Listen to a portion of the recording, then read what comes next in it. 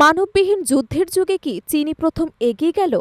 এমন প্রশ্ন ঘুরছে আন্তর্জাতিক প্রতিরক্ষা বিশ্লেষকদের মধ্যে। কারণ সম্প্রতি ইন্টারনেটে ঘুরে বেড়ানো একটি ত্রিমাত্রিক চিত্র দেখে বিশ্ববাসী রীতিমতো বিস্মিত।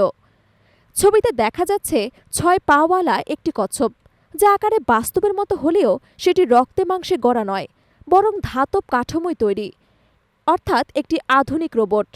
তার শরীরে রয়েছে ক্ষেপণাস্ত্র নিক্ষেপের জন্য লঞ্চার, বিভিন্ন sensor, radar unit, antenna navigation system এবং আত্মরক্ষার জন্য স্বয়ংক্রিয় অস্ত্র ব্যবস্থাও। অনেকেই একে বলছেন রোবোটিক টার্টল সোলজার বা সৈন্য কচ্ছপ। তবে এটি নিছক ডিজাইন নাকি বাস্তবে নির্মাণাধীন কোনো সামরিক রোবট, এই প্রশ্নই এখন আলোচনার কেন্দ্রে। ছবির উৎস চীন, আর এটি দেখা যাচ্ছে বেইজিংয়ে যে ভবিষ্যতের রোবোটিক যুদ্ধ ব্যবস্থায় অগ্রণী ভূমিকা রাখছে তার বলার অপেক্ষা রাখে না। অনেকেই মনে করছেন এটি কোনো গুজব বা কল্পনা নয়, বরং চীন প্রতিরক্ষা গবেষণা এবং উন্নয়ন প্রকল্পেরই একটি অংশ, যা এখনও প্রকাশ্যে আসেনি। কারণ এর আগেও চীন বেশ কয়েকবার গোপনে সামরিক প্রযুক্তির পরীক্ষা চালিয়ে পরে তা হঠাৎ প্রকাশ করেছে। বিশেষজ্ঞরা বলছেন এই রোবোটিক কচ্ছপ শুধুমাত্র আকারের দিক থেকেই নয়, ব্যবহারিক দিক থেকেও অত্যন্ত কৌশলগত সুবিধা দিতে পারে। এর ৬টি পা অমসৃণ ভূমিতে চলাচলের সাহায্য করতে পারে এবং সেই সঙ্গে রাডার ফাঁকি দিতে পারে। এমন ডিজাইনের মাধ্যমে এটি শত্রুপক্ষের নজর এড়িয়ে অনুপ্রবেশ করতে পারে।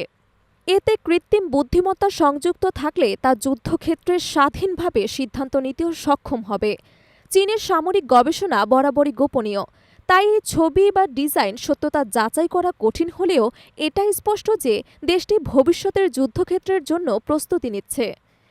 যুদ্ধের ধরন এখন বদলে গেছে। মুখোমুখি সংঘর্ষের বদলে এখন চলছে ড্রোন, রোবট, অটোনোমাস সিস্টেম এবং কৃত্রিম বুদ্ধিমত্তার লড়াই। এমনকি ইউক্রেন যুদ্ধেও দেখা গেছে রোবোটিক্স অস্ত্র এবং ড্রোন কিভাবে বাস্তব যুদ্ধের মোড় ঘুরিয়ে দিতে পারে। এই বাস্তবতায় চীন যে তাদের বিশাল সামরিক বাজেট এবং প্রযুক্তিগত সক্ষমতাকে কাজে লাগিয়ে মানববিহীন সক্রিয় সৈন্য তৈরির পথে হাঁটছে তা নিয়ে এখন কোনো সন্দেহ নেই। পশ্চিমারা যেখানে এখনও রোবোটিক্স প্রযুক্তিতে সীমিত পরিসরে সামরিকভাবে ব্যবহার করছে, সেখানে চীন হয়তো তার থেকেও কয়েক ধাপ এগিয়ে গিয়েছে। এই কচ্ছপ সদৃশ্য রোবটটি শুধু একটি মেশিন নয়, বরং এটি হতে পারে একটি স্মার্ট ওয়েপন সিস্টেম, যা একা যুদ্ধ করতে পারে কিংবা সেনা ইউনিটকে সহায়তা করতে পারে সংঘর্ষের সময়। এতে যুক্ত করা যেতে পারে একাধিক সেন্সর, জ্যামার, মাইন শনাক্তকারী যন্ত্র, এমনকি বায়োকেমিক্যাল হুমকির ক্ষেত্রেও প্রতিরোধমূলক প্রযুক্তি। চীন ইতোমধ্যে ড্রোন স্কোয়াড, রোবট ডগ এবং আকাশভিত্তিক অটোনোমাস ফাইটার তৈরিতে অগ্রগামী দেশ হিসেবে পরিচিত। তাই এই রোবোটিক কচ্ছপকে ঘিরে নতুন করে আলোচনায় আসা অপ্রত্যাশিত নয়। যদি চীন সত্যি এর মতো রোবট তৈরি করে থাকে বা ভবিষ্যতে করে ফেলে, তবে এটি হবে যুদ্ধক্ষেত্রে এক নতুন বিপ্লবের নাম। এমন প্রযুক্তি কেবল শত্রুর উপর অতর্কিতে আঘাত আনতে পারে না, বরং তার সেনাদের জীবন রক্ষাতেও বড় ভূমিকা রাখতে পারে। তাই চীন শুধু আকারে নয়, ধারণায়, কৌশলে এবং প্রযুক্তির ব্যবহারে এক নতুন অধ্যায় রচনা করেছে, যাকে এখন খাটো করে দেখা উচিত নয়। বিশ্ব এখন তাকিয়ে চীনের পরবর্তী ঘোষণার দিকে। এই রোবট কি কেবল কল্পনা, নাকি বাস্তব যুদ্ধক্ষেত্রে নামতে চলেছে এক ধাতব সৈন্য?